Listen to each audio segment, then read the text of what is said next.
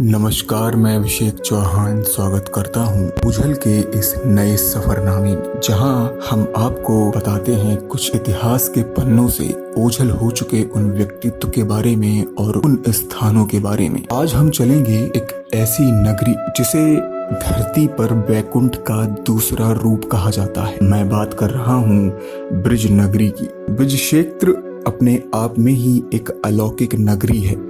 यह भगवान श्री कृष्ण की लीलाओं का साक्षी रहा है। ब्रज क्षेत्र में जो एक बार पहुंच गया उसे जीवन का आनंद प्राप्त हो जाता है। आज मैं ब्रज नगरी के गोवर्धन पर आपको लेकर चलूंगा। हालांकि आप सभी गोवर्धन और उसकी महिमाओं से परिचित हैं, पर फिर भी मैं आज आपको गोवर्धन से जुड़े कुछ लोक कथाओं से भी परिचित कराऊंगा। हम सभी जानते हैं कि द्वापर युग में मथुरा, गोकुल, गोवर्धन, वृंदावन आदि के लोगों को इंद्र के प्रकोप से बचाने के लिए भगवान श्री कृष्ण ने गोवर्धन पर्वत को अपनी तर्जनी उंगली पर उठाया था। फिर नगरवासी इस पर्वत के नीचे इकट्ठा हुए, जिससे उन सभी की जान बच पाई। गोवर्धन पर्वत की परिक्रमा का अपने आप में ही एक विशेष महत्व है। यही नहीं, परिक्रमा करने के लिए लोग दूर दूर से इस ब्रज नगरी के गोवर्धन स्थल पर आते हैं। गोवर्धन पर्वत को लेकर दो कहानियां काफी प्रचलित है। कहते हैं कि भगवान विष्णु ने श्री कृष्ण के रूप में धरती पर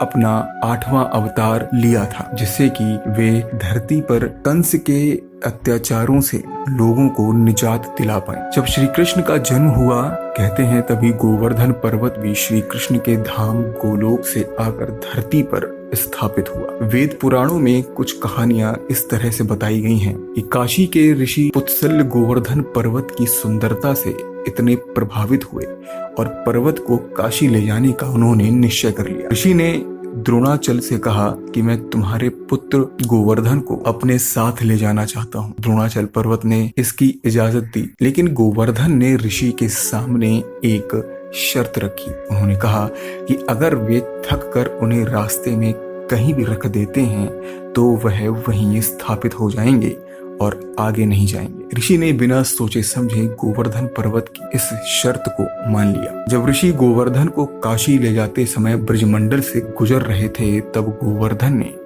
अपना वजन अचानक से बढ़ा लिया।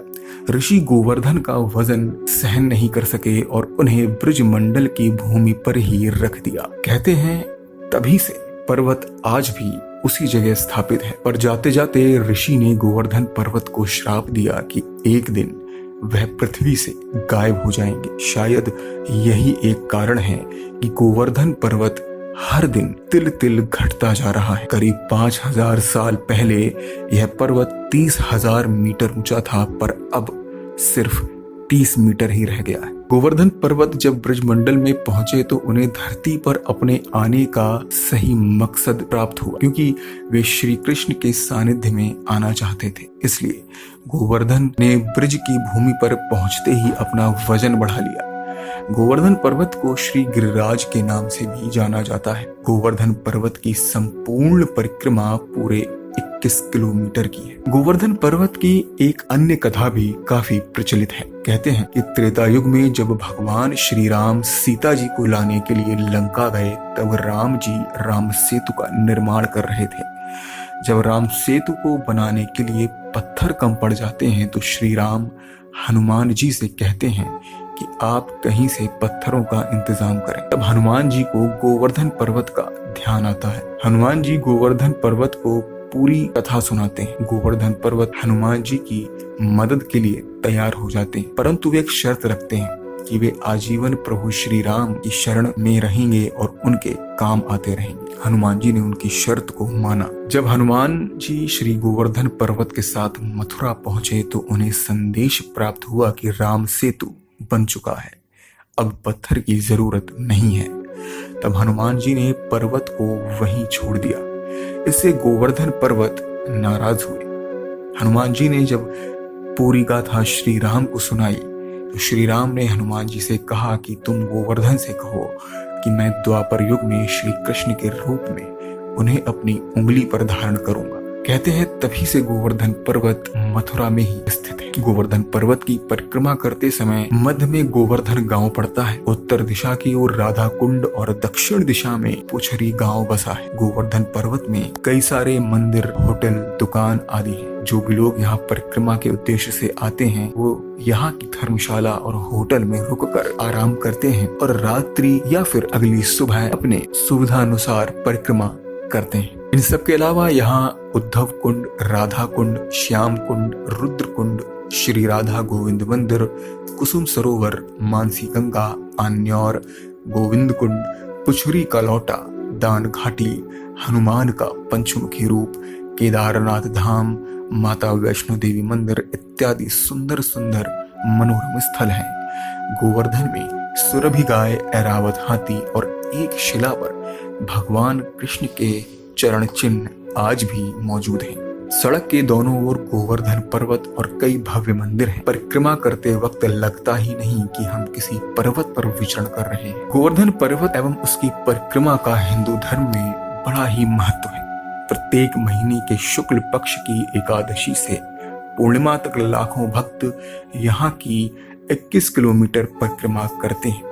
वहीं श्रावण शुक्ल के पक्ष की एकादशी में जो भी लोग परिक्रमा करते हैं, प्रशासन द्वारा उनके खाने पीने और बीमार होने पर इलाज की व्यवस्था सरकार कराती है।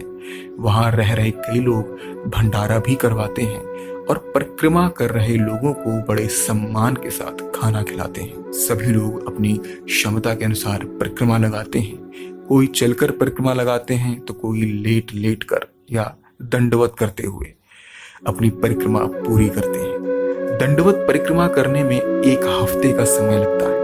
गोवर्धन पर्वत लोगों की आस्था से जुड़ा है। लोग श्री कृष्ण की भक्ति में मग्न होकर गोवर्धन परिक्रमा करते हैं। गोवर्धन मथुरा शहर से मात्र 20 किलोमीटर की दूरी पर स्थित है, जहां जीप, बस, ऑटो आदि द्वारा पहुंचा जा सकता है। मथुरा के लिए देश के सभी भागों से रेल यातायात का भी साधन है।